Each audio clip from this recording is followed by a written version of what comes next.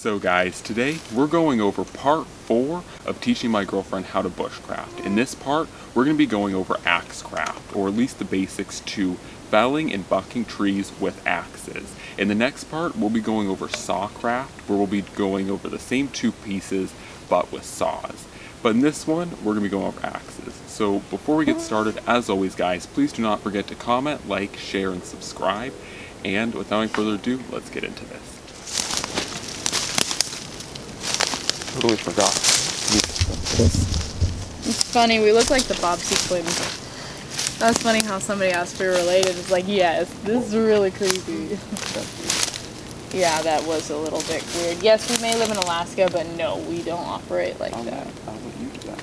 Generally, the hammer loop is my favorite place. And once again, when carrying them, I like to just, like, you know, when they're unmasked, sometimes I'll just seriously throw it right here, because this one's a little bit longer for doing, but especially if you have the GVA small forest axe, it's really nice because the small forest axe comes to about like here. Yeah, you showed me. And so like you can really just walk throughout the trails, and then you have like your axe right here, and you can just pull it out and then just go to work. Especially when you're gathering natural materials, that's really handy to have.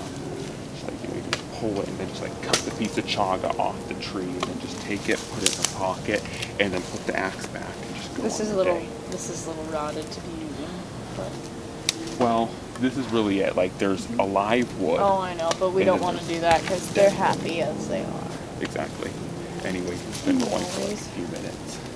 Yeah. Anyways, so guys, like I said, today in this video, we're going to be going over two pretty basic skills with the axe and Axecraft. I'm going to be helping her through felling a tree, this dead willow here, and then probably bucking this tree. Now, for those who don't know, felling is when you drop a tree from a standing position, and bucking is when you're cutting down a tree to a usable piece of wood. Now, as you can see, what Ashley's doing here is what you want to do with Axecraft, and that is you want to clear your area. And obviously, I'm going to step away when she starts to swing the axe, but you want to kind of clear your work area. And so you want to see where you're going to be cutting and clear that area. This is really more important for larger trees, because if for whatever reason a larger tree gets out of hand, what you don't want are stumbling blocks when you need to run away from the tree. You also don't want branches in your cutting zone, because they can deflect your axe. They can either grab the handle of the axe or cause the blade to roll or do something that you aren't predicting it to do, and that can cause it to run off and hit you in the leg or do something like that. So it's very important to clear your area like she just showed for that primary reason. So now let's get over to swinging. Now I have to kind of move out of the way, and it's going to be a little bit hard, but I'm going to try and do my best to commentate. So the first thing you want to do when coming up to a tree like this is you want to size it. Now we're using a smaller axe here, and this is generally what you consider a boy's axe because of its size. So you want to make sure, especially with a boy's axe, that you're properly sized to your tree. Now I have been doing this for years, so I can just go up to a tree and know that I'm close enough. But if you're beginning and starting out, what you want to do is, like Ashley just showed, you just want to set your axe blade there, and if the middle point is on the middle point of the tree, then you're pretty much set. You don't want to hit too far, because that can damage the axe handle, but you most certainly don't want to hit too short, because that can cause the axe to continue to swing and hit things, including yourself, that you don't intend to. So that's the first step. Now the next step for this tree, we're just going to pretty much just plow right through it, because it's a very tiny tree.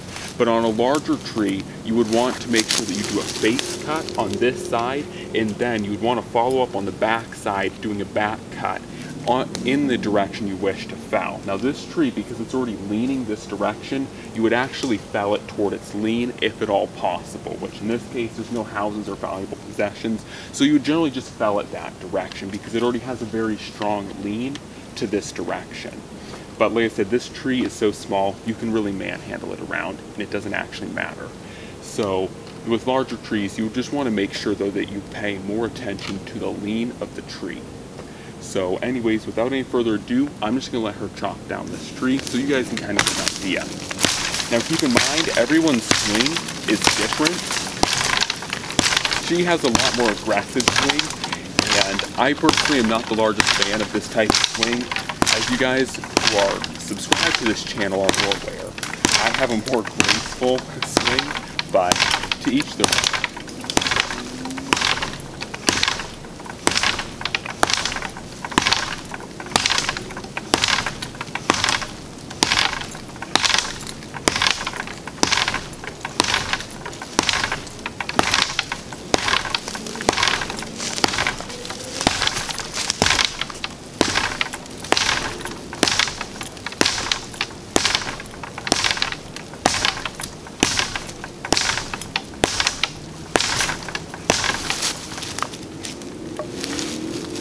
I kind of go at it from this angle too. A little bit. Okay, you're gonna just like beaver to it. Yep. Okay. Oh, that was not supposed to happen. Your aiming will get better as you get more experience. Precisely. Aiming is primarily an experience thing. It's kind of like archery in that way. Exactly. You're eventually getting it. Yeah. I would probably recommend a few things, but Probably. We can talk about my mistakes in a little bit.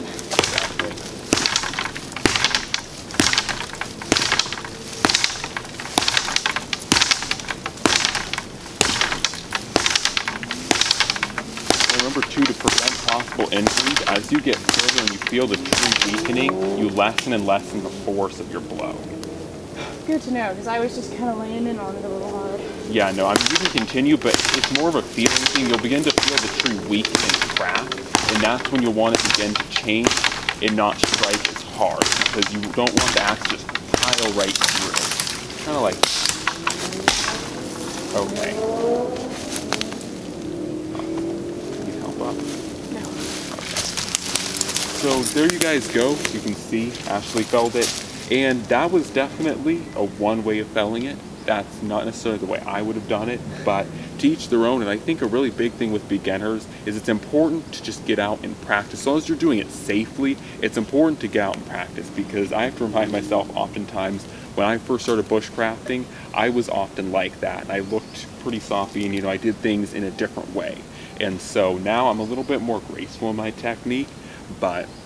Also, like you said about aim and everything, which fewer strokes could have been used had I kept hitting where I was intending to hit, but that's also true. With practice... Another thing I will say, though, is just with my technique, if you guys, like I said, are long-time watchers of the channel, you'll know my technique, but generally I prefer to swing like this, and that's because with the axe head, all the weight is right up here in the head. And so I like to use my hand to be really close to the weight, so it's very easy. And this is more important with heavier axes, but when you're throwing a heavy axe, it's more important to get your hand close to the weight so that you can bring it up easier. And then as I come down to my strike, I just simply put my hand back down here so that the pivoting of physics works to my aid. So basically like that is how I swing. And that's how I swing regardless to whether I'm bucking or whether I'm felling. It's the same principle. And so that's how I swing. And I know my swing takes a longer time, but if done correctly, my technique is better because one, it gives your muscles more break because you're not like boom, boom, like really fast. You're giving your muscles more time to break and relax. You're also putting less fatigue on your muscles because you're holding the weight as it's up here, because the hardest thing you can do is work against physics and move this weight all the way back here. So you want to move it up here so that it's lighter. And so that's ultimately what I would recommend for swings. I know I see a lot of people, especially on YouTube, they're just like boom, boom. And like I said, there's nothing wrong with that. It's just a lot easier to do it like this. And you'll find over time, especially if you have to fell or buck a lot of things, this technique is significantly better. And that's primarily why I learned that, because in Sheltercraft, you have to fell more than just one tree. You have to fell like 5 of these. So it's important to keep your muscles as in good shape as possible, because then you also have to haul those to whatever place you're building your shelter. Is the easy part, honestly. No, it really isn't. When you're hauling green well, birch. Yeah, those are heavy. Anyways, so that's just some techniques I would recommend for you guys and for you, is just primarily focusing on that. Another thing, when you're doing swings like this, it gives you more time to look at your target. And so for as far as aiming an axe, you just pretty much want to just stare at the point you want to hit and just stare at it. And overall, your body and your mind will begin to work better and better as you get more experience with your axe. And so Yeah. that's something that is primarily experience, but for aiming, you just want to stare at that tiny little spot that you want to hit and don't ever take your eyes off of it. It's kind of like horse riding. You look where you want to go. Yes. It's look where funny you though, want our this to go. paces are switched. He's all graceful and refined, and I'm just like a freaking bulldozer, just like, ah! Oh well, Of course. we're working on that. Exactly. Rough Alaskan farm girls aren't supposed to be gentle, but I guess they need to learn. So guys, you won't be able to see us very well, and that is a little bit unfortunate, but I had to make the hard choice of either being able to see what we're doing or us, and seeing what we're doing here is just a little bit more important. Now once again, you'll note, just like with felling trees, you want to make sure that your workspace is clear. Not so much because you might have to run from a possible out-of-hand piece of wood, but primarily because you're going to be swinging your axe. So you guys can see we've done a pretty good job here. I'm going to take this piece. So you guys can see, or you guys can't fully see, but you can definitely see around this area. We've done a good job of cleaning up this workspace so that you have ample room for swinging your axe. And that's what's most important, because once again, you don't want the axe. I'm not going to. I don't trust you with this thing. I know, right? Everyone else does. So, well, anyways. Everyone else doesn't know you the way I do. I'm Well, kidding. weird. You can cut that whole part out. The whole part out. Anyways, so you guys can see we've cleaned it out because you don't want your axe being caught, and once again, you don't want an axe deflection because that can possibly be fatal. So we've cleaned out the space, the workspace, and now Ashley is going to come over here, right around this area, and buck this piece of wood. Now, once again, with bucking, it's much like felling. You can go ahead and kind of start. But it's much like felling in the fact that you want to measure up your area, make sure your distance. Another thing you might do with bucking, especially with a piece of wood like this is at that height where you don't quite have to, but you also might take a knee.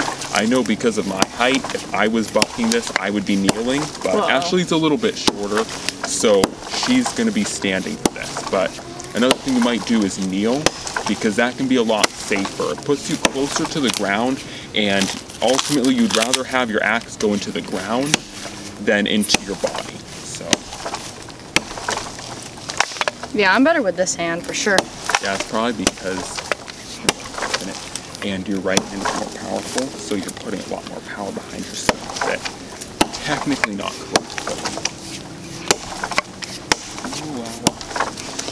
I will get there one day. I'm gonna try to kneel.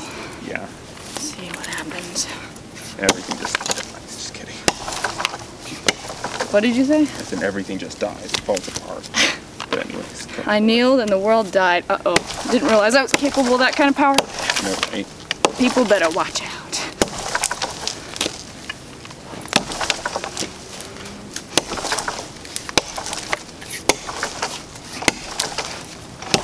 Whoa.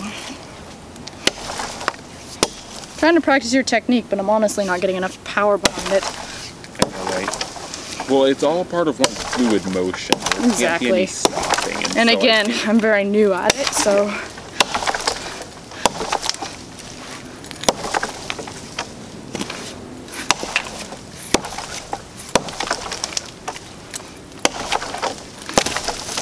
Yeah, this piece is partially rotten, but it definitely gets the job done, as you guys can see there. Now, another thing I want to note quickly. Aw, that was supposed to burn that. But anyways, another thing I wanted to note quickly, and something that I kept forgetting to note, is that one thing you really want to make sure to be a cardinal sin with axes is burying it into the ground. Now obviously I say this with some safety's sake. You obviously don't want to bury this into your body. That's the top priority. But if you can at all help, I see a lot of amateur people bury their axes into the dirt and kind of shrug it off. With axes that are this sharp, you really do not want to bury them into the dirt, because one, that dirt can hold rocks that I firsthand know can chip out blades and really hurt axes, and that requires a lot of work to get them restored. And if nothing else, the dirt is naturally a harder material that will dull your edges faster. So you want to try and make it a pretty much cardinal sin to bury this axe into the dirt. And so be careful with what you're doing, and make sure that when you're getting close to breaking through with an axe, you want to lower your power so that you don't just bust through and go into the dirt, because that's something that I see quite a few amateur people doing.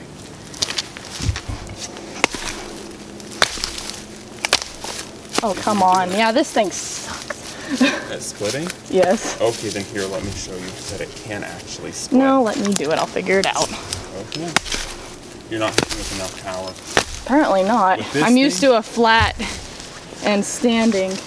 Yeah, I know. Well, in bushcrafting, you have to get ready to just roll with the punches. Yeah, exactly.